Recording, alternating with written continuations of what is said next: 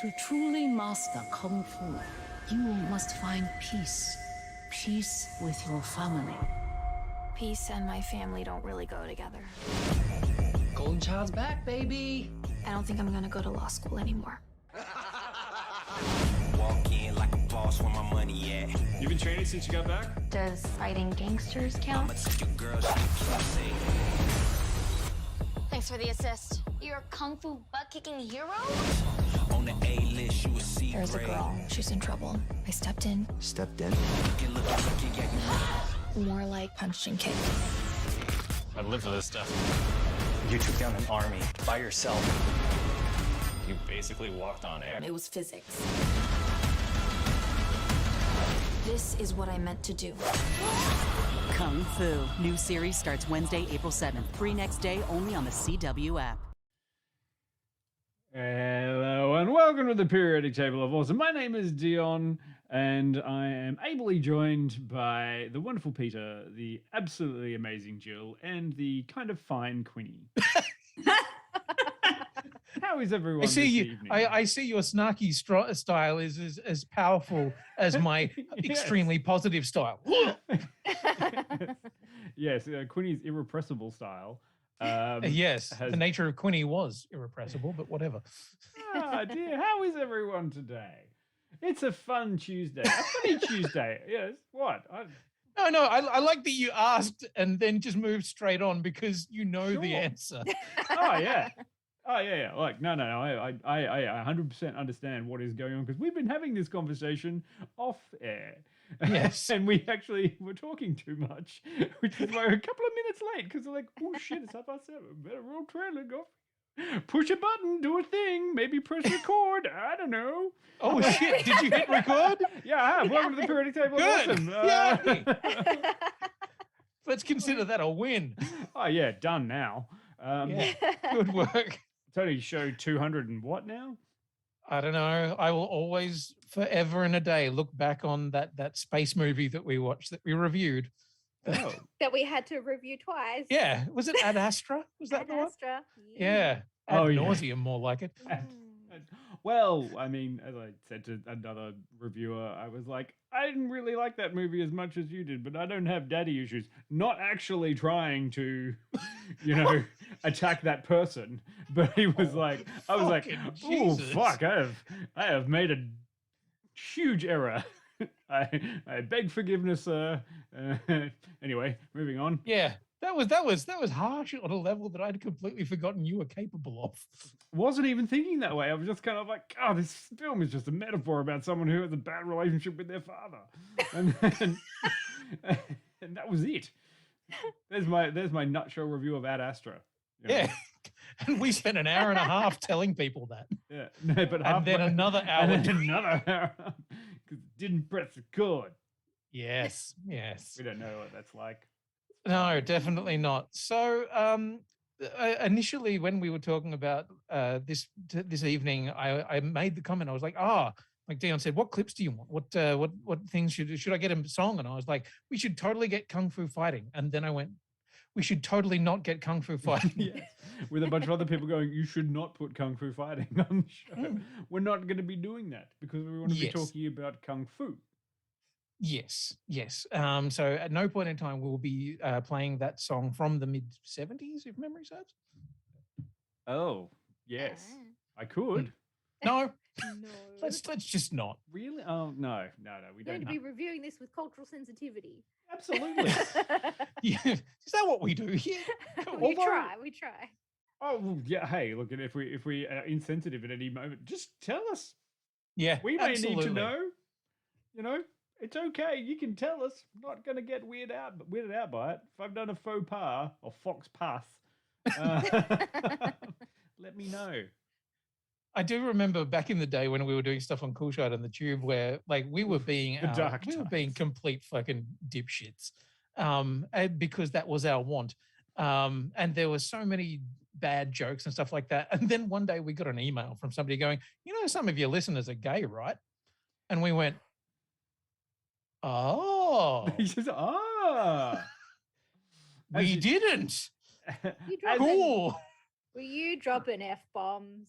No, we were dropping fuckwit bombs. We were like back in those days where we were, it was what, the early 2000s. Everybody was trying to be edgy and cool, and so were we. And so, yeah, you know what? There's a reason that we don't do that podcast anymore. Yeah. Well, that wasn't the reason. And, also, regardless of who's listening, if the idea that somebody might be listening makes you think, maybe I shouldn't say that, you shouldn't say it anyway. Exactly. Sure. Yeah, that was a learning moment for us. Yeah. As a group, it was very important to suddenly realize, oh, that's right. Gosh, I love looking at the chat there just across the road and just seeing Casper fucking throwing out subs left, right, going. Hey, you look new. Have a sub. Hey, you look new. And also me commenting and realizing that I'm still logged in as TPTOA as well and getting very confused. So, like, everyone from TPTOA could comment now, and you'll never know which one of us it was that actually making the comment. That's terrifying. Yes, yes, it is. What are we going I'll give you a hint. When it's racist, it's no. I really hope not. When it's racist, it's none of us because we don't do that here. That is true. Yeah, true. Yeah. Sorry, I like traveling.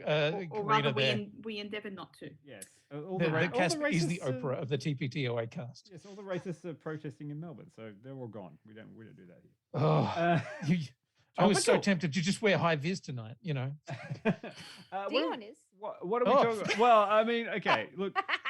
Oh, okay, yeah, it's slightly an ad, but not really an ad. This is a shirt I bought when I was in Vanuatu. Right. And it's fine. I don't know why I bought it, but I just put it on because I was wearing a dark blue shirt and I realized that I was just a talking head up until about 5 minutes before. And now it's like, I started trying to convince him to make comments like, I can't do that, Dave. No, everybody's dead, Dave. With 3 million years in deep space, Dave. So I kind of prefer female Holly. Gotta be honest. I know. That is a big call. It's not a Red Dwarf show. What are we talking about? Let's get back on track. Back on track. Yes. Okay. What are we talking about? Jill, this is your suggestion. What are we talking about? My pick. We are talking about Kung Fu, the 2021 CW series. Yes, it is a reimagining of the 70s Kung Fu starring not Asian David Carradine. True. And I love the story of the 70s Kung Fu because it was going to be a show that starred Bruce Lee. He was the man who was trying to get the show up. He was the one who was pushing for it to be made and was gung-ho, so to speak, Kung Fu to be the star coming off the edge of Kato and the Green Hornet. He was like, I've done TV. I can do a show. I'm going to be the star of the show. And so he, was like, yeah, I want to make a TV show about Kung Fu because that's what I know. Cool. Yeah. And then they were like, here, we're going to give that to a white guy. So you're okay with that, aren't you, Bruce? Like, you're fine with that. You're okay to still be a producer? No. Bruce, where are you going? Why has that annoyed him? Well, I mean, we can't talk about the new Kung Fu before discussing the old Kung Fu and potentially Kung Fu: The Legend Continues, the sequel. Oh, are we really? Do we have to do that? No, we don't have to go. Well, then I have not done the homework. Peter, you haven't done the homework. Just giving Peter panic attack right now. No, I specifically said that I watched Bloodsport for you. Like, my martial arts homework between Bloodsport and Mortal Kombat, I feel like is covered. Wow. Dear, Thank you, Peter. That's kind of grand. Yeah, I don't want to talk too much. Well, I kind of do. I do want to talk about the old one, but I want to talk first about the new one, the new Kung Fu, which is weird and strange. And I have seen the minimum required episodes to participate today. Right. But I have no problem with being spoiled. Yeah. Okay. See, I didn't think it was one for everybody. So yeah, I just put the limit at 3 episodes. But yeah, I will tell you what happens later. Because it does get very good. Which is very exciting to see because I was getting a lot of strong Iron Fist vibes. Like, I mean, I've got to say, the lead actor can do martial arts, so that was a good step up, which made me go, oh, that's good. But then it's very CW, which isn't a bad thing. It's just a specific niche. Yes. Yes. Like if I'm going to watch a medical drama, it's always going to get compared to Grey's Anatomy. So if I'm going to watch a kung fu show called Kung Fu, it's always going to get compared to, well, I don't know, what's the last good martial arts TV show you've seen? Into the Badlands was pretty good. I enjoyed that. No Blade the TV series, but it's all right. I mean, if you're talking about shows that were specifically about martial arts, there aren't that many. There are shows that do a lot of martial arts in them. Warrior is actually quite a good, interesting one. You watch Warrior yet? No, I haven't watched Warrior. Get amongst Warrior. That's kind of fun. That's kind of like a Bruce Lee style. Like that's kind of, if Bruce Lee was alive today, that's the show he would want to make. I get that. Okay. Anyway, yeah. Right. Yes. No, I really can't think of it. Jill, are you a fan of martial arts TV? Is that what brought you to Kung Fu? No. Funnily enough, I mean, yeah, I like martial arts. I don't particularly seek martial arts TV. The weird thing that got me into this was my dad watched it. Thanks, Dad. That's interesting. Yeah, I thought so too. He's like, have you seen this Kung Fu? It's pretty good. I'm like, oh, okay. And then I noticed it was a CW show, and I'm like, hang on a second. All right, Dad. He was also the one that got me watching Cobra Kai. Because I saw him watching it, and I'm like, oh shit, well, it must be all right if Dad's watching it. So actually, yeah, sorry, I will also say yes, Cobra Kai, another good. Is that really a martial arts show? Well, it's got it in there. Yeah.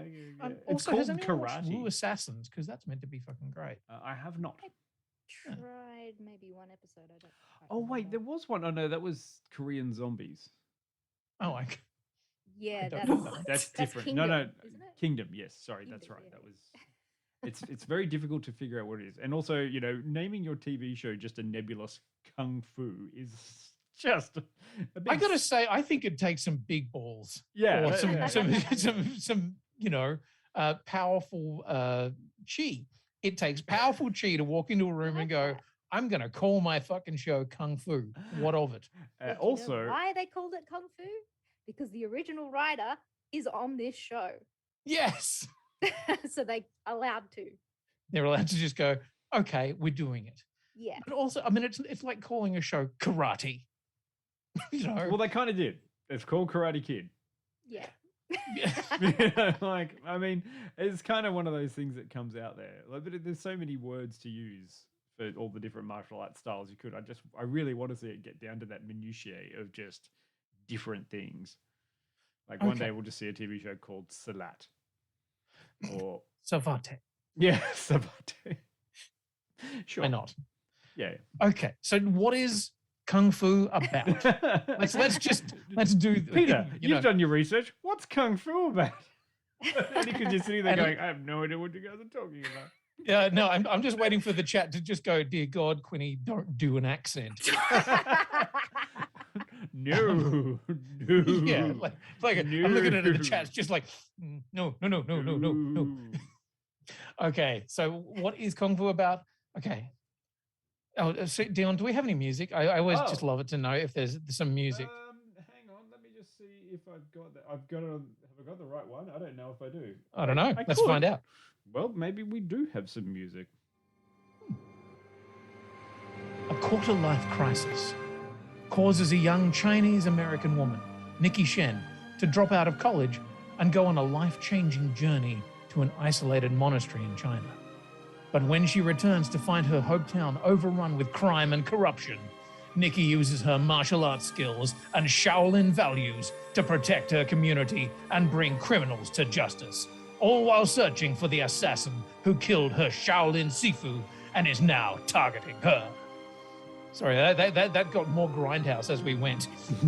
Sure, but it also has the original Kung Fu theme tune music in the background, so I was like, yeah, sure, okay, that makes sense. Yeah, no, I'm down with it. That ticks all the boxes. Yeah, And I like it. yeah, Casper, we were all a little bit stunned by the quarter-life crisis moment. Yep. We're all just like fucking Like, quarter life wow. crisis. What? Yeah. I mean, there is an entire TV series at the beginning of this TV series. Yes. That's kind of the first thing about it, where it's like it kind of starts with this like massive explanation of how we got here, and I'm like, well, that looks interesting. Like, I'd watch that. I'm not sure about diving in at the point that you're bringing us in on, but okay. I mean, I think if they did what they did with Arrow, I could perhaps have gone along with that, but then perhaps like the 5-year flashback thing. yeah, like, you know, we're telling two narratives at the same time. One of Nikki learning a lesson, and then Nikki paying the lesson off in modern timing or something like that. Maybe that could have worked, where you get that whole thing of the training, which I think you're right, Peter. I would have liked that. I checked multiple times in that first minute that I was actually watching the pilot episode and hadn't accidentally dived in on season 2. It's like, is this a recap of something I was supposed to have seen? This feels like a lot of backstory that we're just throwing in here. Yeah. Here's all of that backstory, and we're done in an episode, and now on with the CW stuff. Okay, good. Yes. Coming back, and look, to be honest with it, like, I got confused a little bit at the start because there is such a lot in there, but it is following the narrative that was in the original television show, and I'm always going to be comparing this to the original television show. Well, how much of the original did you watch? Because I can remember more parodies of the original show than I can remember the actual show. Look, I went back and watched a few episodes or had them on in the background while I did that. So it may be that kind of a thing. It's just that, and I want to get to this later when we can talk a bit more freely in a spoilery sense, because I think there's a fundamental structural issue that they haven't adjusted with in the new one, which if they had, it would have been amazing, or would have gone into it. But the original show kind of was not Monster of the Week, it was Trouble of the Week. Yeah. And I'm wondering whether there's a longer narrative in this. And I think you're right in saying that there's too much in this first episode where you're like, how did we get here? But also that was the kind of the way in the original TV show, which is it's always flashbacks to the monastery. Like, he's doing his stuff, but there's flashbacks to the monastery. And I want that, if that continues in the new TV show, I think that's quite good. Like, it's just at the front there, it's kind of like, there is a lot going on, and then there's like, are they ninjas? They're not ninjas. They're black kung fu bad. Like, kill people, monastery dead. Oh no, all chicks. What? It's just, it was just that weird sort of like everything ends up back in America. Anyway, carry on. Or is it America? It feels very Canada. Oh, it is. I can confirm that it is Chinatown in Vancouver, not San Francisco. Nope. Having seen and been through the Chinatown in San Francisco, I was like, no, I don't think that's right. Yeah, that's not right. It doesn't look like that. No. Your streets are too clean. Though I was amused at one point where they actually made a reference to like, oh, that's up in the Tenderloin, and having been to San Francisco, I was like, oh, okay, well, that is an actual area.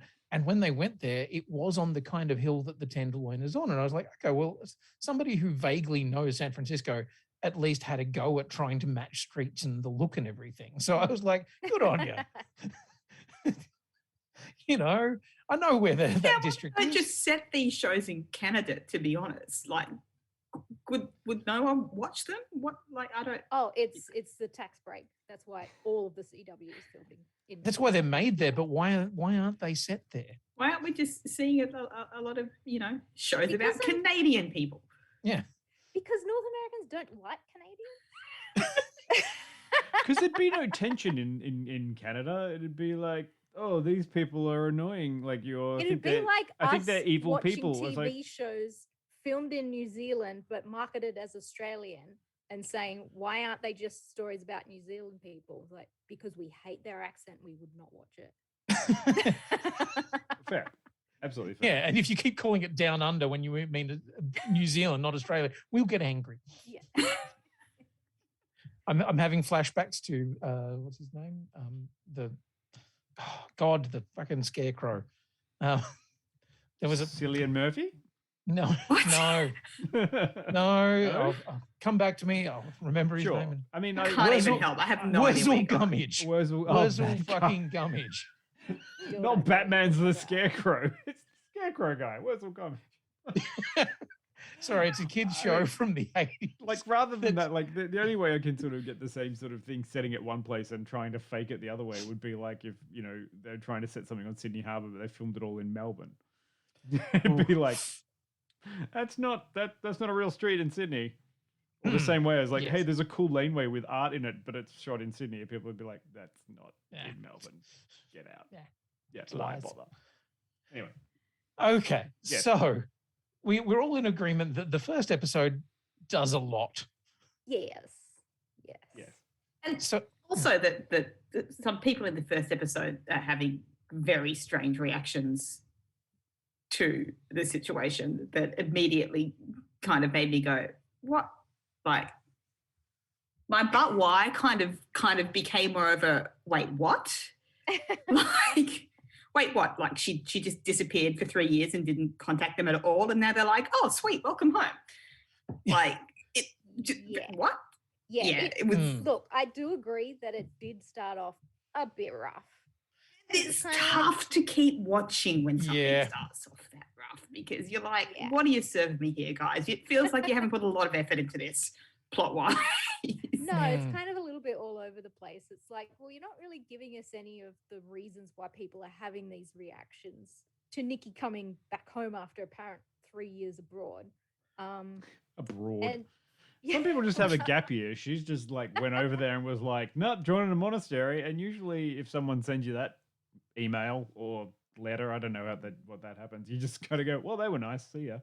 Yeah. It feels like we need a prequel series, you know, to kind of explain why she decided to go to China. Well, because she's not been in touch at all. Yeah. She's like, oh, hi. Oh, my sister's getting married. Cool. Like, she's going on a study tour. Zero contact. She was going on a study tour, and then it turns out it wasn't really a study tour. They were trying to set her up with an arranged marriage. So she did the totally normal thing, which is jump in the back of a truck of someone who's a monk, and then just go like, yep, gonna go be a monk now? Yeah, and learn Kung Fu. And cool. A tale as old as time. Yeah. Truck Doc monk. Forrester said a couple of times we need a season 0, and I feel like it just feels like we're jumping in at a weird part in the story. And if you think that's weird, wait till you get to the plot twist in episode 8. Oh God, no, I didn't get that far. Oh no! God damn it! I think we've well established the past few times we've talked about martial arts that it's not my genre. Wouldn't seek it out. Generally, when you guys said we're going to watch a show called Kung Fu, I was like, cool. Then when I realised it was a CW show, I was like, you know what? I don't like martial arts, but I do like CWYA trash. So maybe it is for me. But I have to admit, I've done 4 and a bit episodes, and I didn't do more just because I didn't wanna. I didn't have a lot of motivation to keep watching, and maybe Jill can convince me if it does get really good later in the season that it is worth sticking with, because at the moment what I'm getting is a lot of wait what, a lot of I don't really care about this character as much as I should, and then what Dion was saying, you know, about that kind of trouble of the week format, which I'm not finding very engaging at all at this stage. So if Jill can convince me that it's worth watching past episode 4, then I'll be in. Yes, because I think I was definitely in the same boat as you, Pete, when I started this. It was just purely because my dad said it was all right. My friend Justine was watching it, and I thought, oh, you know, I know 2 people that have watched it and thought it's okay. I'm just going to put it on in the background while I'm doing other stuff. And it was a pretty much, this is a background show. I wasn't completely invested. But then when it started to get to about, I think, episode 6, the story was developing a bit more. And then there was a bombshell that they dropped in episode 8 where I'm like, where was this at the start of the series? Because this has just made it a whole lot more interesting. And so then that plot line carries on for the rest of the show. And I thought that probably might have been more engaging if we'd known about it at the start. Right. So might have had like a little bit of an Agents of S.H.I.E.L.D. problem where it's by design boring for the first half, and then suddenly it's like, here's something interesting happening. So I will go into more depth when we get to spoilers. Sure. Like, I mean, there's, the apart from the seed, like there's kind of like two series in this. There's a very traditional CW, which characters have Erst, which is the sort of soap opera-ish thing. How do we explain all of that? And then it seems like they're manipulating the original Kung Fu storyline into something that is more akin to a superhero show without any superpowers. And that's where I think it kind of, it feels like it's just trying to ride a tail in somewhere rather than create its own sort of thing. And that's where I think it falls down a lot. Like the whole idea of being the Kung Fu vigilante in a town that's been taken over by, I don't know, bad people is like... The triad. Yeah, well, I mean, the whole point of that is if there was a vigilante that was actually getting annoying to a bunch of gang members and the vigilante stayed around, the vigilante would be dead. Like, but they have kung fu, so this is why they're not. So, yeah. But just go with it. I mean, it's not like, I don't know. I mean, I haven't watched any more than 3 episodes, so Jill might be able to fill me in. Is she just doing the normal stuff of going to sleep and suddenly someone comes in and tries to shoot her, or do they bomb the house? No, like, it's the weird thing with this show is there is a juxtaposition of 2 different show elements within the one series, and I think it's quite confused about what it wants to be, because halfway through it's just kind of like it turns on its head and then it's a completely different show. So in the beginning, she's come back from China. She's a Shaolin badass. She finds out her parents are being bullied by the triad, and a lot of other businesses are being coerced into giving up protection money and stuff. So she's like, well, forget the police. I'm going to take this into my own hands. And that's when I went, oh, here we go. It's a CW show. Yeah. We're not going to don't do anything. But she's not even wearing a costume to disguise her identity. People are going to know that she's the one kung fuing them. Yeah. But then that just kind of falls off all of a sudden, and then it becomes about trying to find these ancient 8 weapons that are going to bring about this gigantic power that this rival is going to take over the world with. And But it's okay because her friend is the assistant district attorney, so whatever trouble she was going to get into. Oh my God. For someone that's also supposed to be 25 years old, he looks like he's 35. I'm like, how are you a district also, attorney how is he the assistant 25? AD at 25? And that's like all of their jobs are like, I know. No, stop. Like, there is a lot of super easy bailing inconvenience happening across this entire show. Yes. That is one of them. Another one is, there's this like ancient Chinese artifact that we need to find. Let's just Google it. Oh, there it is. It's in a house in San Francisco. I know. And also, the guy that works at the library at the college can read ancient Chinese. Cool. Yeah, totally. Because that language hasn't changed in thousands of years. He's also a kung fu master and potentially a thief, but who knows? Is this the same? Hot, is this the same place that maybe Indiana Jones is linked to this whole series, because Indiana Jones went out and took all of the artifacts from around the world and then put them in the university in San Francisco. I will say they did a bit of nice research at one point, in I think it's episode 4. They steal a dog head statue. Oh, yeah. And I was sort of listening to it going, I actually know what that's from. And there was a series of, I think, 12 statues that were out the front of one of the big palaces in China that, was it? I don't know, but during an occupation, they all got stolen.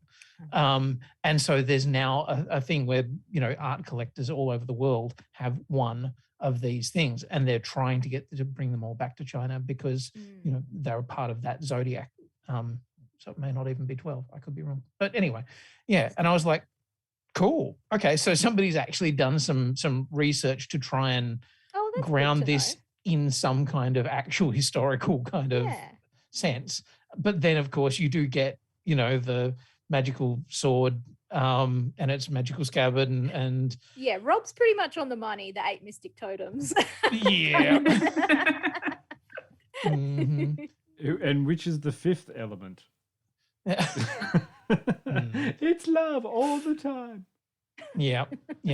It's Look, I watched the first episode and I was like, oh no. Because ow, fucking hell. I love you, Jill, 3 and that's before why I was like, oh no, I'm gonna have to tell Jill it's shit. Even I was a bit, oh no. First 3, but I kept going. And then it kicked in. And fuck, that's the thing that annoys me, because I watched the first 1, 2, 3 because I was like, I've got to give it 3 for Jill because she's the best. And I don't want to insult her choice, but like the first 2, 3 are fucking hard going, and they're not particularly well made. The first one especially feels cheap as shit. Like it feels like a pilot that they didn't put enough money into.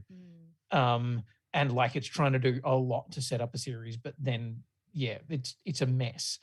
But then I got to episode 4, and there's a moment in that with this character called Razor, who's a thief.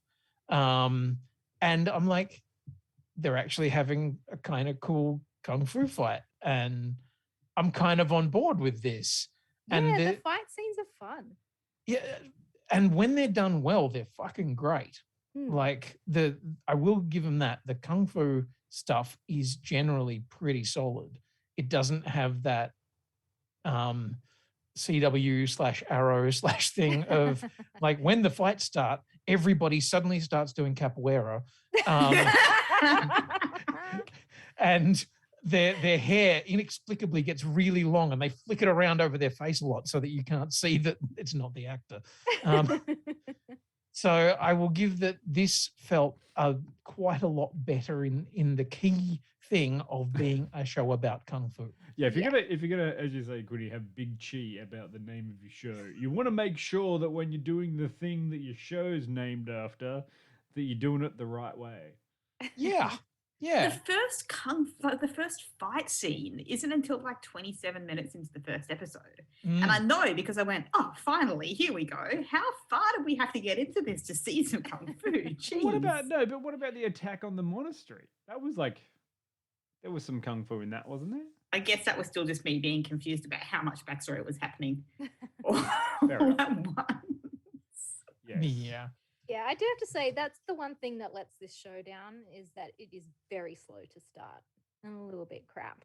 I have a question, Jill. Yes. When it kicks off and they're finding the 8 mystic totems, does the Trouble of a Week format still stand? Like, is she still also solving the town's social justice issues as well? No. That just so they just set up an entire format for no reason. Yeah, Good. Yeah. So the whole I'm gonna clean up the town and get rid of the triad just falls to the wayside all of a sudden, and it just becomes about trying to find Jilan and getting these 8 mystical totems. See, this sounds that immediately was the bit I wasn't better. liking. Yeah, the mystical totems you weren't into, Peter? No, I wasn't into the Trouble of the Week. I wasn't into new characters every week that I don't really care about having a problem that she solves with kung fu. Highway to Heaven. I was Heaven. there's only so much of this that I'm going to be able to handle. There's a little bit of like a boss battle each week kind of thing that happens, but like you need that because the show's called Kung Fu, and if they're not fighting, then what are you watching the show? Why are all the kung fu masters or all the bosses in San Francisco? Like, what the fuck is going on? They are just my God, I have to tell you that there's an episode where there's a new American Kung Fu school, and the guy that is the teacher played Kano in one of the Mortal Kombat movies. I think it might have been Revelations or something. Considering the dude that played Kano in the first film died. Yeah, no, not him. It was like a dude that played Kano.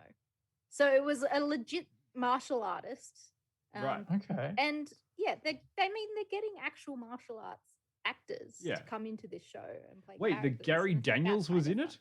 Someone, I just read the chat there. It's like Gary Daniels shows up in Kung Fu? fun. Who's Gary Daniels? Oh, wash your mouth out, Jill. Gary Daniels. Yes, I won't repeat. Don't just say the name over and over again. Help her Thanks out. for the context. Gary Daniels is one of those martial artists who made a lot of films in the late 80s, early 90s. Usually you explain those sort of actors like, okay, so in a fight scene, he's usually the evil one getting beaten up. I'm just going to quickly Google him. Yeah, that's exactly what I just did. Need to put a face to the name. Quinny, Gary Daniels you should absolutely know who he is, because he is in your favorite live action adaptation of an anime movie of all time. Crying Freeman. No. Yeah, this is the guy I'm talking about. He's Fist of the North Star. Oh, Yeah, Jesus. What are you He talking was about? in Mortal Kombat as Kano as well. This is the guy I'm Was talking he? about. No, Yes. Gary Daniels was never Kano. I don't even know this. I doubt this. I'm now looking it up. Yeah. Like I doubt that Gary Daniels was looked it ever up. Kano. He was. Oh, was he? Yeah, Yes. thank you, Quinny. From the Mortal Kombat X web series. There you go. Oh, I've that never one. fucking heard of. The reboot one. Maybe. Maybe. Anyway, yeah. But Gary Daniels is just like, okay, if you ever He was in the show. if you ever want if you want to go to that kung fu hole, and across with anime, I highly recommend the live action adaptation of Fist of the North Star. Why would you do that? Starring Gary Daniels. And Stop saying Gary Daniels. It's freaking me the fuck out. Why? Shen kicked his ass. He plays Good. I will watch that episode then. Yeah. Oh, come on. He plays Kenshiro. It was He does. It was great. And also, my favorite thing is about this is he acts opposite Costas Mandalore. Sorry, I love that you've gone down a Fist of the North Star hole. Mandalore. Nobody wanted us to go down. Costas Mandalore and Gary Daniels as two kung fu masters in that film is just fucking hilarious. So another part of the show that I really enjoy is the family aspect. So there's a lot of like a broken relationship between Nikki and her mother when she comes back from China. And it's something that she has to repair over her time coming back to live at home. And her brother and sister, I think, are both like really fantastic characters. They're both really interesting in their own right. Her sister is like amazing at IT, so she'll help her like hack into different things to help her in her research. And her brother is a doctor at a clinic, and they're interesting. The family element is really fun, and her dad is played by amazing American Chinese classic Zima, which if you saw him, you'd know exactly who he is. Yeah. And he's such a lovely man in this show. Like he's the core element of the family that like try to brings everybody together and help Nikki and her mother reconnect. Yeah, and her mother is absolutely prototypical tiger mother. Yeah. Well, she did try to marry her daughter off. Yeah. Yeah, you have to have a doctor, an accountant, and a lawyer in the family. Yeah. Nikki disappointed by not becoming a lawyer. Why do you need the Holy Trinity? Or is it the unholy Trinity? I don't know. The doctor, the lawyer, and the accountant. Which one is the short-strawed sibling? Who has the worst job? Who's the evil one? Obviously. And I like that they give that family enough to do. Like the sister has an ongoing plot line. Sorry, there's a thing going past my window. Yeah. It's just an alert saying, Quinny, this Sorry, I won't talk about the plot line. This thread is not right. Yes. There's a plot line where the sister has gone through some really nasty shit and is dealing with it. And I like that they're kind of drip feeding that out. Meanwhile, the brother who is gay but hasn't come out to the family yet, or he has. It's just like not 100% accepted. Which unfortunately is very common in a lot of Chinese families, or still unfortunately. Yeah, exactly. Yeah, and I enjoyed those. I like that they're getting time to do stuff, because it'd be very easy for them to be, kind of nothing characters that just and they're not just left to the background either. Like they all have a core role in the story, and it's not just helping Nikki progress her plot line. They all sort of coexist together really well. Yeah, and I mean, I think, I don't know. For me, one of the things that doesn't work particularly well is the bad guy girl. Yeah, I Wait, think you have to the wait bad guy until girl? they. Well, is that a spoiler? The baddie. No, it's not a spoiler. Pei Ling. Right. Oh, hang on. No, Pei Ling. No, Sorry, Pei Ling- Melee. Hang on. Pei Ling is the teacher. Jialan is the baddie. Sorry, I looked at the wrong picture. Damn it. So anyway, Jialan, you do get some more backstory about Jialan and kind of where her perspective is coming from and like what her background is in relation to these weapons. So there's a whole interesting element about guardians of the weapons and people that are chosen to wield the weapons. So there's this whole like ancient mystic Chinese monk thing going on where these very, very ancient monks gave powers to these weapons, and then I can't remember why, but they explained it in the story. Reasons. For reasons. Yeah, exactly. Big mystical magical reasons. Yeah, but Jalan's whole thing is she wants to get all of these weapons so she can unlock the power of Bianca, which is like going to unleash this monk power once you have all of them, and then she'll be able to, basically do whatever she wants. Because she's been very hurt in the past and she wants to make people pay. Right. Okay. And I think that probably helps having some of that background, because after the first episode, I was like, cool, she's evil. Yeah, exactly. You're like, don't care. Yeah. I mean, you've done a big killy stabby death to somebody in the first, half an hour of the show. And I was like, I don't care. I don't know who that is. I don't know why I care anything about this. And it just takes a little bit too long to explain why you should care. That's the one frustrating thing about this show. Can I skip 5, 6, 7, jump in at 8, and just get to the good stuff? I think so. Or I think like you've done. Could the you just core read elements. the Wikipedia? Fucking hell, Dion. Yeah, you probably could.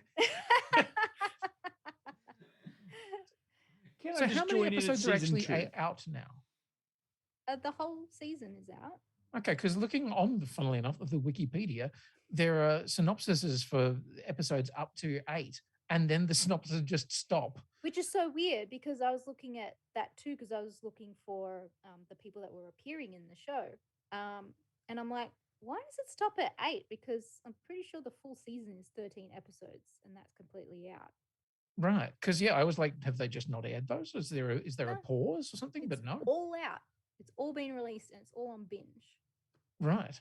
Yeah. Okay. Yeah. If you can watch And it all very of much it. definitely wraps up in the last episode too. Oh, Even though it has been picked up for a second season. So it feels like a one and done season. Maybe they were doing that, but then they went, no, actually it's okay once you get past episode 8. It's good. Well, that is a pretty common thing with TV though too. Like that your first 8 or 9 episodes, usually 8, will be one block, and then they'll do the last or the second half of the first season or first half of the season. They call it the back 9 or whatever it is. And quite often those first ones will be a bit of a tester, and then they will then look at what the feedback has been, because they're usually those 8 are filmed in a block, and then they'll go, okay, maybe we need to rework now. That makes a lot of sense. Mm. And it definitely leaves like something, I suppose, like more interesting to happen in season 2. Yeah. Because quite often you'll see it like there's 8 or 9 episodes that are all one thing, and then there'll suddenly be a 3 or 4 episode arc that is this big cliffhangery thing, because usually they're trying to get a second half of a 22 episode season in America. As long as they don't falling skies me, I'm okay. I was quite surprised that, you know, for a CW show, it wasn't marketed as 22 episodes, that it is just a 13 episode thing. which is usually the sign that they had no faith in it. Oh, and it did wrap up quite like nicely at the end. Like all the plot points were sort of tied up. Cool. And but can you see how they will have to untie them for the remainder for another season, or is it going to be a bit? I could see what kind of storylines they might want to explore in a season 2. Sure. Yeah. Yeah, and I think that's one of the things that kind of got away from me with wanting to watch it as well. Like there's something that was very comforting about the narrative, like the story narrative from the original one, which I was wondering if they were going to maintain, but they kind of sounds like they haven't, which is sad. Yeah. But we'll get onto that with the. See, I would just keep watching the show just for the family aspect. It's just kind of nice to see, you know, a different family dynamic on TV, and you know what they're dealing with having a daughter that has these amazing kung fu kind of thing. I look, you know, in terms of like excellent representation on screen of this and allowing the space for diversity of actors, casting, and stories. Yeah, absolutely. Does it feel still a little weird? Yeah, absolutely. Is it way better than the first Kung Fu? Oh, of course. Like, I mean, you know, the first one was just like, oh, we can't have, you know, an Asian American on camera. No one's going to buy that. We'll get a white guy and make him that character. Are you going to change the ethnicity? No. It's just like, okay. I'm happy that that looks a lot better. And also, like, it's 95% Asian American. Yeah, there's only a very small handful of white people on this show. Yeah, and they all look pretty boring, which is good. Yeah, that ex-boyfriend's so vanilla. Oh my god, he came on the screen, and I was like, "Wow, you've found the default." Yeah, I'm like, where did you find someone that doesn't look 25? The moment where his new girlfriend walks in and she looks all like shocked and hurt, I'm like, dude, you like left him without notice for 3 years and didn't contact him at all. You cannot be shocked and hurt that he has a girlfriend now. I know, you dumped him and moved to China, like, bitch. Well, didn't even really dump him. Just decided not to reply. It's like, yeah, you ghosted him. How was your day today? Scene. 3 years ago. It's like, fuck you, lady, get out of my house. If we do have spoileries too that we want to discuss, do we want to chuck it a quick rating and so that we can do that? Yeah. Yes, I'm very I'm struggling with the rating thing just because I'm like, I mean, this is like you guys have only seen the terrible half. Exactly. I've seen half the terrible half, so I feel like I'm giving it a, you know, I feel like I'm giving it a rating. I would be giving it a rating based on just what I have seen. I'll go first. Okay. Having seen all of it, it was a struggle in the first half, but by the second half, I'm like, well, I like whatever this part of the show is. I think I'll give it 72 because I did find the family, those characters, wonderful, wholesome, very cute. Loved all of that. The Kung Fu stuff was exciting. The fight scenes were very fun. However, the overarching plot was a little bit Gotcha. Yeah. Pete. I don't know. Sorry. I mean, Jill is right. The characters are in the 4 episodes that I've watched are, you know, shaping up nicely. The performances are nice. The fight scenes, as you know, inexpert I am at judging fight scenes, just as a layperson, they're fun to watch. Like, you know, they seem like good fight scenes. Plot-wise, first 4 episodes, I'm on a hard no for it at the moment. It just, like, there's so much about it that just feels like lazy storytelling right now. Like, everything is too easy.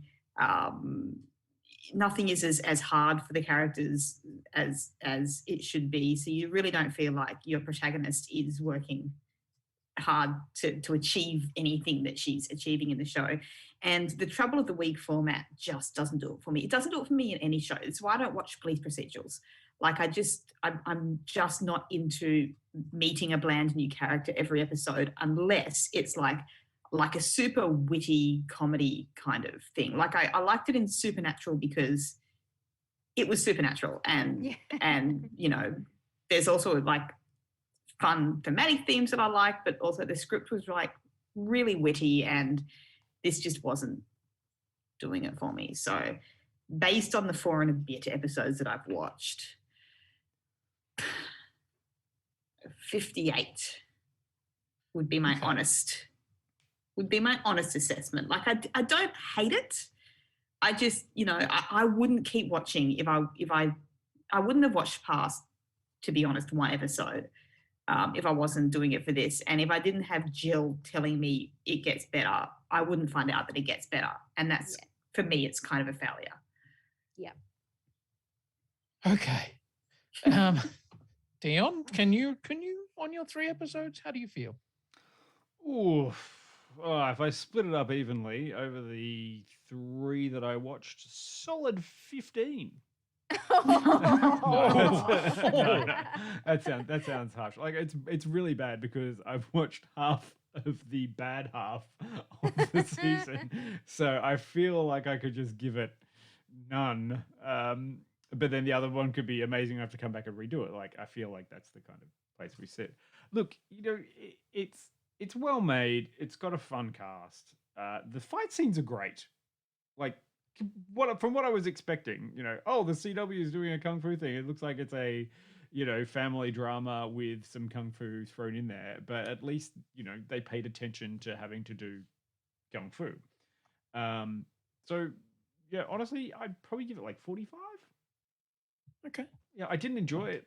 But I will go back to watch the episode that you said, Jill, and watch it from there because it changes. And I'm like, great, knowing that that's going to happen, I can get rid of all the stuff I didn't give a shit about and just start from there. You know, I feel it's kind of bad. It's like we actually, you know, skip these ones. But hey, Star Trek had fuck tons of terrible episodes, so you know, why judge something like that? Oh yeah, the most of first season of Discovery. Let's be honest. You hush your mouth. No, I'll say it. First season of Discovery, bit of a mess. I'm going to go with dead on 50 because it just hit the point where I was like, I basically, I watched my 3 and a bit episodes and I'm like, oh, Jesus Christ. And then it hit a point where I was like, oh. And it just managed to pull me back from being in the you know, real fuck this show kind of vibe. And yeah, just enough that now I'm like, well, I will, you know, do a bit more reading. I will look further. So congratulations, Jill. You have managed to win us and me onto that. And I am now on the middle ground and will make my mind up based on further viewing, which I was more than ready to not do, let me tell you. Cool. Right. Dion, do we have a clip? I believe that we do have some sort of clip which you can go to. This is the first fight scene. So if you're wondering about Kung Fu, whether or not you should watch it, here, watch a fight scene. It's got Kung Fu in it, but this is from the first episode. Nice. You shouldn't be here. You're not alone. We can fight back against Kong. I have people who can help. Please. I can't.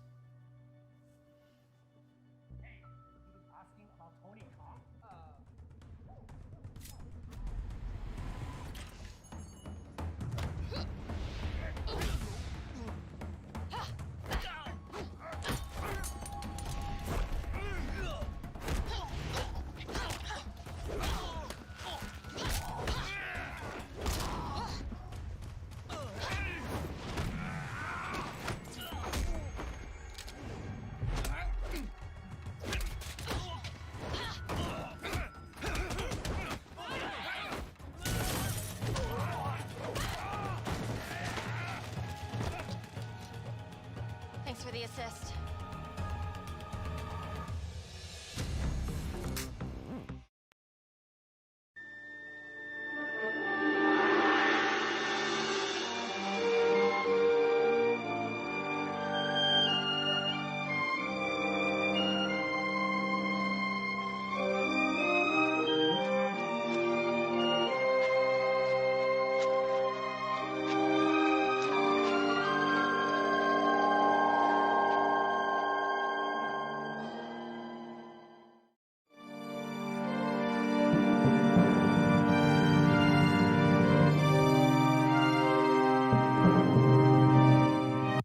Yes, there we go.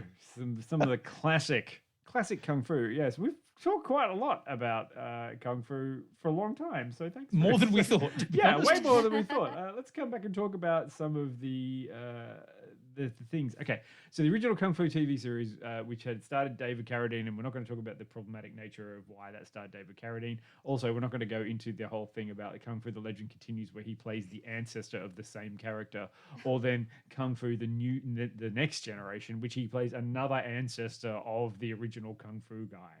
Like, he just would not let it go. Like, he hated playing the Kung Fu guy and being known for that, and then he just was that guy for the rest of his life. And then this is still, somewhat in there. But what was the great thing about that show? It was a fish out of water situation where a guy who was raised in a Shaolin monastery came to America and traveled through the Old West, basically teaching Americans how to not be dicks to each other. All through the power of some pretty shoddy kung fu, which was fun. And that was the sort of thing that I kind of felt was a bit missing with this one. Like, I love the original, just the idea, which is walking across America, trying to find his half brother. Like, that was his, it's like, I'm here to find my brother. I don't know where the fuck he is. He's in America. It's a really big place. And then he's just going around the Wild West, or, running into people who need his help, which he can solve by kicking some fat American in the chest once. I believe the phrase was, "I'll just walk the earth." What do you mean, walk the earth? Just walk the earth, meet people, getting in adventures like Kane and Kung Fu. Yeah. Thank you, Jules from Pulp Fiction. Yeah. Like, I mean, that was an interesting. So that's enough. Like, to remake that as a show is fine. Just cast it with Asian Americans. Yeah. Or just Asian people. Get past that one terrible, terrible piece of miscasting right at the start and the heart of it all. Yeah. Wild West Kung Fu? Yes, please. Because people would have been like, what the fuck is that person doing? Like, even have a female protagonist. She's a Shaolin monk. She's going around the Wild West and kicking the shit out of people is amazing. Yeah, that would have been cool. Yeah. Yeah. And that was the thing that when I was watching this, I'm like, oh man, it feels so twee. I mean, it does that thing of problem of the week, and it takes elements of the original Kung Fu, which was problem of the week, and I'm going to deal with a particular ism of the week, with punching somebody in the chest slowly.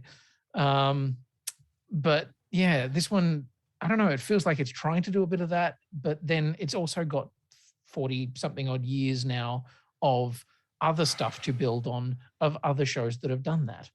Yeah. Like, I mean, this is technically,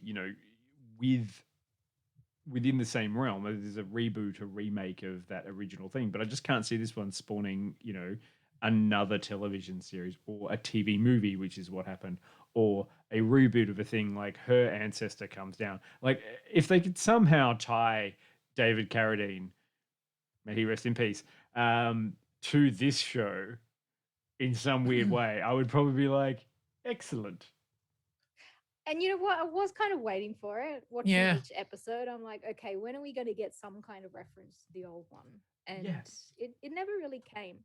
It was kind of cool, though, to see, established martial arts actors and stuff come into the show, which kind of gave it some cred. I think that you kind of need that. You need to like your lead actor is good, good enough as a martial artist. And then to really sell it, you put them up against better martial artists, people who can make them look good, get them over in the wrestling terms. And yeah, I felt like we didn't get an awful lot of that until we hit that episode 4, where she goes up against somebody who's clearly a very good martial artist. Yeah. And it's funny, I keep coming back to Iron Fist. Yeah, oh man, like I was just so many flashbacks of that sort of stuff where I was just like, this is kind of just Iron Fist, but with a better cast. Like, but with a more sympathetic cast. It's like, oh, damn it. And without a white dude at the forefront. Yeah. Which, is an improvement right there. Yeah. I mean, you can't go back and rewrite, the original source material. Can you? So, Dion, did you watch the original show much? Did you like it? Look, it was, I have memories of it being on TV, and I think I was, hanging out with my grandfather at one point, and they were watching Kung Fu and stuff like that. And it was always, I have better memories of the idea that he was a much better martial artist than was portrayed on television. And if you we saw that trailer, the fight scene from the modern Kung Fu, which is great, but I just need to show you, this is the standard of old Kung Fu that was in the Kung Fu TV series. So we'll just have a quick look at this before we finish. Okay. Which one first? The Chinaman. If he doesn't talk, the woman will. All right, where's your friend? Are you gonna tell us where White is? If you don't tell us where that killer is, we're gonna kill you. Right here. Hear me?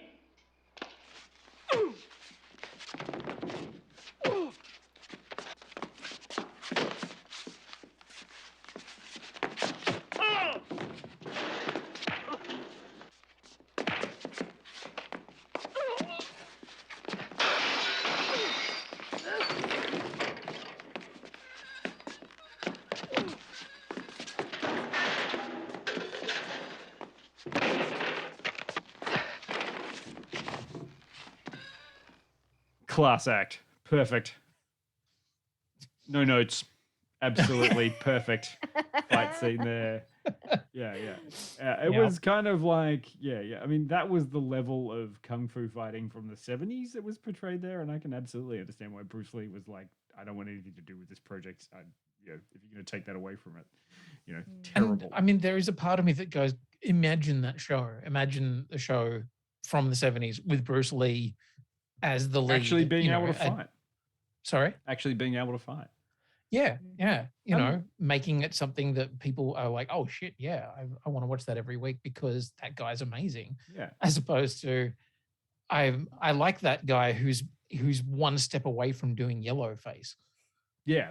I mean, look, there's an issue with remaking Kung Fu like the original show because it would be like Deadwood, which was terrible if you were trying to go for representation. But also it might be interesting. This one, I really understand what they were going for. They just maybe could have called it something else. But then also it's going into a mystic way, which makes me feel like it's trying to tackle that whole superhero genre and pull stuff in that way. And it's like, which one are you? Are you going to be a fun show with Kung Fu in it? Or why are you relying on that Oriental mysticism narrative, which is the bad sort of track to go down? Well, are you ready for the plot twist? Yes. We're in spoiler for us, Jill. Do it. Oh, Okay, wait, so I was Jill, mistaken. hang on. It's actually One episode- second. Are we doing the spoiler thing? I got to Does put the Dion logo spoiler up. thing There you go. Now It's you've all actually been episode warned. 7. So if you guys want to watch the first terrible episode just to kind of understand what's going on, Right. then jump to episode 7. So episode 7 is the one with Gary Daniels, and she goes to confront this American teaching Kung Fu. He's called Fist of the North Star. Yeah. Kicks his ass.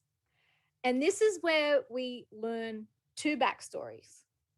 It's Jielan, which is the villain, is actually related to Nikki's Shifu, Pei Ling. We knew that already, didn't we? I was going to say we knew that. I don't know. I don't remember. That one was along 13 in there for episodes. sure. Okay, so anyway, then we find out that Nikki's mum watched the broadcast of the tournament of the cage match at the kung fu school and saw her daughter doing kung fu. And she's like, oh shit. Tells Nikki, I need to tell you something. You are descendant of this long line of kung fu like chosen people. My God, it's Kung Fu Buffy. Yes, Kung Fu Buffy. Yeah. So each generation, there is a woman born in her family that It's actual Kung Fu Buffy. yes, that has this chosen power that is able to wield the weapons and bring about Bianca. So Wow. that's when Nikki finds out that her aunt was a warrior. Then she goes on this journey to find the aunt so she can get more answers. And then she finds out that Jilan is actually one of these people as well. And there's these guardians, and then there's the warriors, and they're supposed to work together to protect the weapons. But Jilan has been hurt because her mother died during childbirth due to these chemicals, and so that were dumped in their village. And so the boyfriend is the son of the owner of the company that dumped the chemicals, so she's dating him for revenge. Wait, and so when What? So which one? This just got amazing. Which one becomes the Joker? Yeah. What the fuck is going on? Sorry, but if Mum knew that there was a mystical, supernatural chosen one in the family every generation, wouldn't she have kind of had an eye out for this? Yeah. Let's just like put them in some kung fu and see which one of them it is. I just love that Casper just said, "What the hell?" yeah. Yo, we did not get this from the first few episodes. I did not see all of that coming. I was like, and honestly, if it opened with every generation there's a chosen one, I would have been in. Right. Yeah. This is the bombshell that they should have led with at the start. This whole, chosen warriors and stuff. Very interesting. I think we're also. But yes, it does come to a head at the end where Nikki and Jilan have a big fight, and it's all over. So she didn't actually learn kung fu. She knew kung fu. It was like already inside her.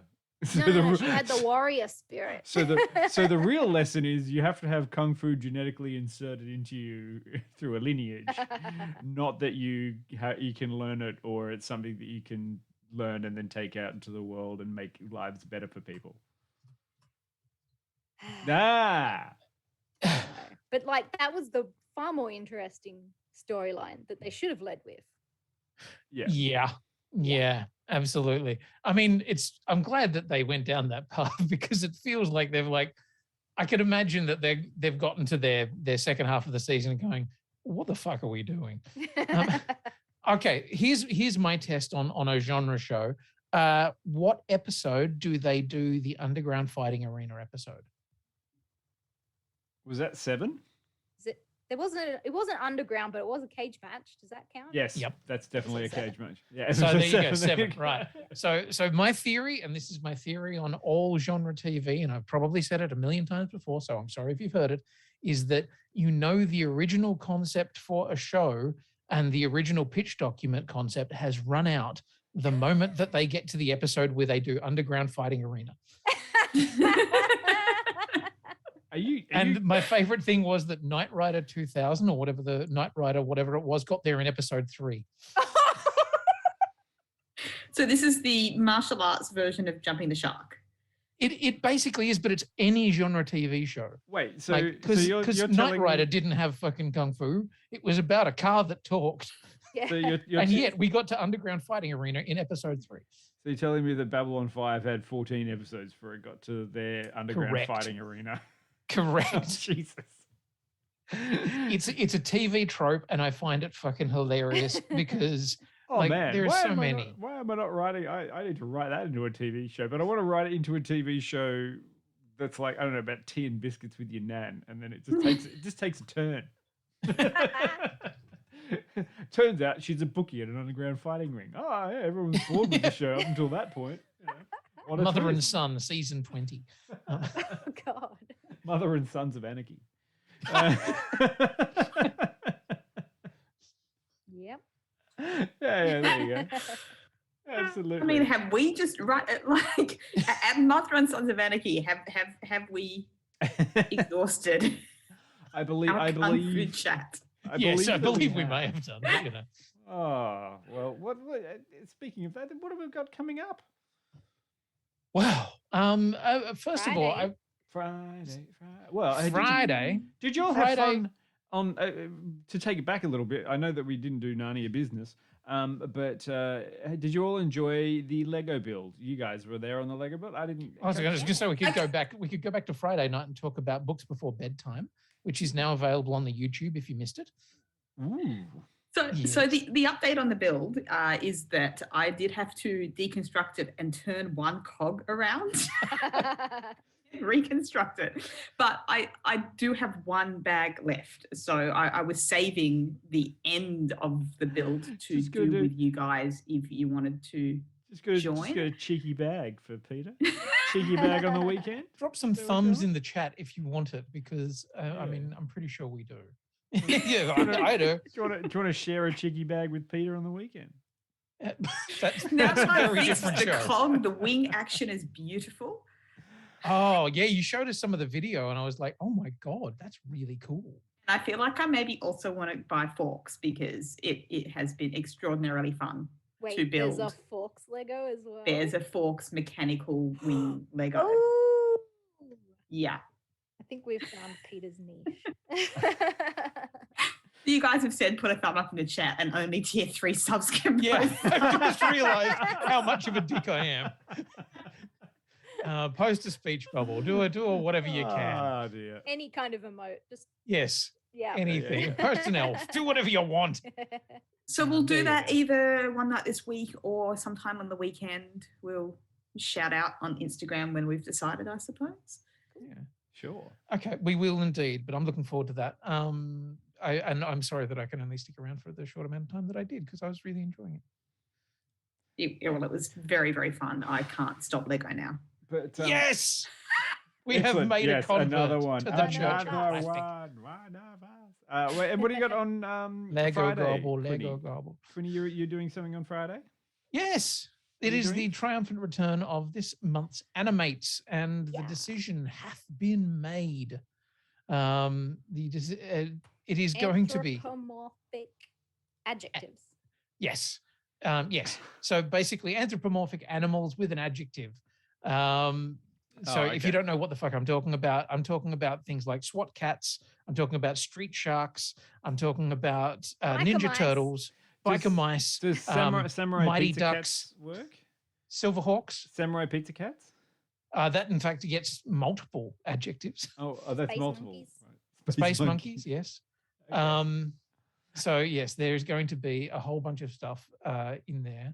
Oh, look at that, Elskanoga! You are gifting a tier 1 sub. You lovely person. Oh, thank you. Nice. I mean, I don't want you gave the sub to Dion, who may or may not be on the stream, but that's fine. Yeah. No, Fantastic. It's beautiful. It's nice. It is love it. beautiful. It's Thank a you. wonderful thing. All right, like just Dinosaurs. nice having Fuck people yes. to hang out with in lockdown. It is. It really Yes, it is. true. And somebody asked the question when I'm going to be doing a build again, and I do have one, because Amiable and other friend from Tassie sent the Lons sent us through a one that I'm looking forward to building very much so. Thundercats It's definitely just works. down there. It's just off to the side of the thing, because everything in my house Is is just off to the It's side. just off to the side. And yes, Doc Forest Thundercats would certainly work. Yeah, I'm not It sure. is indeed an adjective and an anthropomorphic animal. I'm not sure if I have any Lego to contribute, considering I just finished paying off the last one. So I don't really want to go down that rabbit hole again straight away. All right, okay. I'm still saving up for that Avengers Tower playset. Yes. It's going to be $400, including shipping. So I'm going to save. I mean, I was looking at that Hogwarts again over the weekend. You were like, this could be a lovely way to spend It lockdown. might be on sale. It's not a lot of dollars off, but it's a little bit. Just remember my theory. Just nibble it and move on. I tell you Never what, nibble it. No, don't do payday loans. Don't do payday loans. No. I'm deeply tempted by the large size Ecto 1. Just because I've seen so much stuff coming out about Ghostbusters Afterlife. And then another friend had it, and I was like, "Oh God, I wanted it." Did you just say it's on sale, Jill? It's on sale. Fuck What? Yeah, Toy Mates. Thank you, Brent. Yes. Really Toy just Mates have it casually Googling Toy Mate. Yes. For no We were reason. going to tell you what we're doing next Tuesday, but instead we're going to sign off and Google Toy Mates. Yeah, it's totally fine. Toy Everything's fine. Um, Next, so Animates is this Friday. There will be an announcement before then because, as per usual, we need your input. We need your ideas for our make up a show on the fly stuff. Last time, what was it last time that we ended up making? It was Mr. T and the T Kids go to Discworld. Yeah. And T and do the the T Discworld version of the Olympics. Yeah. Oh, good. Yeah. It was a weird one. Yeah, it was definitely a weird one. So we will be putting a call out for all of that kind of stuff. And I know that Will is working on something very strange. Excellent. I look forward to Animates, and then next Tuesday. Is Why the Last Man? Why for our bow? Are we all watching Why? Have we started watching But Why? why the Last Man? But why? I have. But why? Be more constructive with your feedback. But why? But why? Steve, tell you that perchance. And yes, some Emmy love. That's good. Out there for Ted Lasso and. Oh Did anyone man! see Jason Sudeikis' velvet suit that Yes. he pinched from Chris Evans at the Oscars 2 years ago? Did he? Oh, very nice. Ooh, I loved Roy Kent. I can't think of the actual writer's name. His speech that he gave for the show, where he was specifically told not to swear, and did it anyway. Oh dear, it's all good. It was good, and yeah, I'm loving that very much. Oh, and yes, so shut next your week, Why mouth, the Last Man? Get it into your eyeballs. Right, excellent.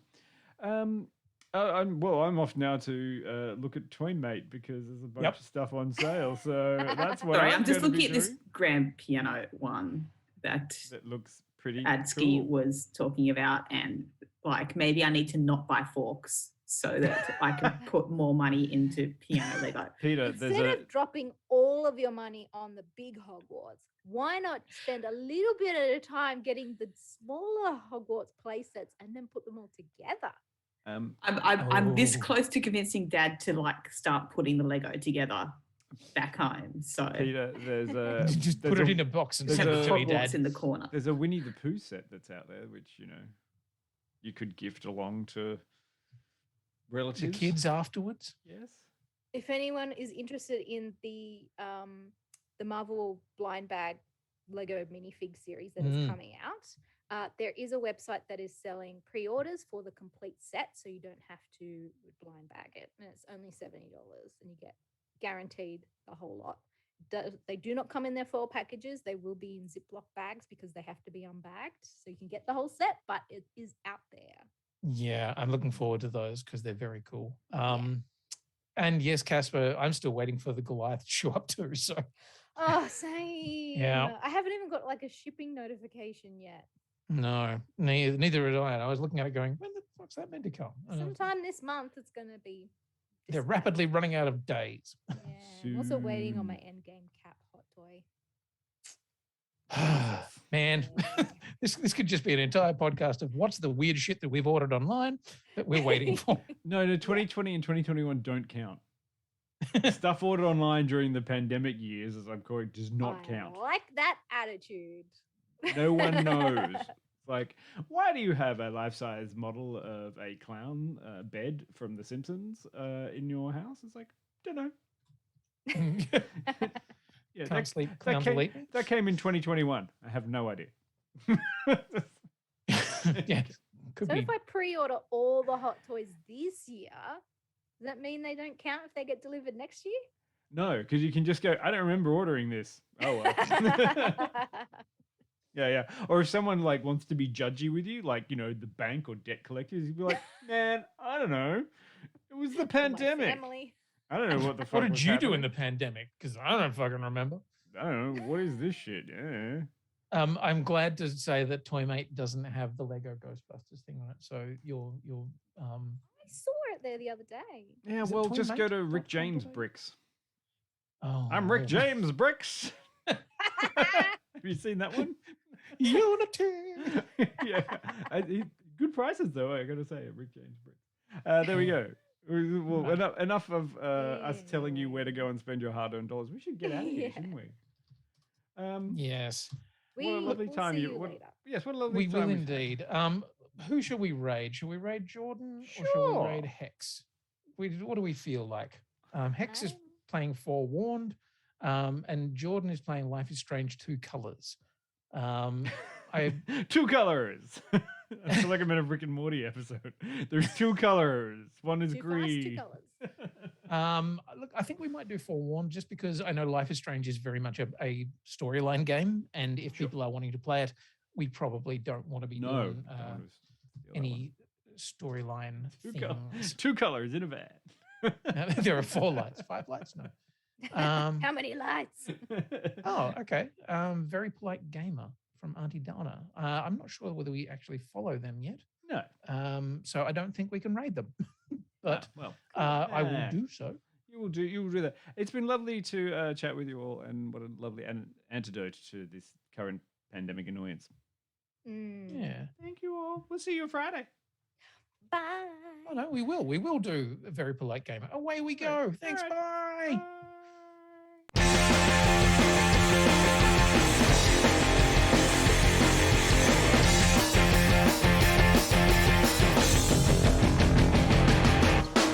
I wanna live in a world full of heroes, not sit here counting zeros in a cubicle downtown. I wanna look out my window, see 'em flying, and swing across the horizon as I cheer 'em on so proud. Deep-powered girl keeps staring at her face, and call Colossus and have him teach me ways, and then we'd exercise. I'd be one of the guys. Martial arts from Iron Fist and Wall. I'll dance her up and teach her all my songs. Oh, I wanna live in a world full of heroes, not cooking up these heroes at my parents' restaurant now. I wanna yell out Avengers assemble, not order up for Ethel. Yeah, we're right up cheeky now. Date Emma Frost and have her read my mind. Or Magdalena, her artifacts I find, and then we catch a symphony. It'll just be her and me. Call Bucky Barnes and arm wrestle for hours.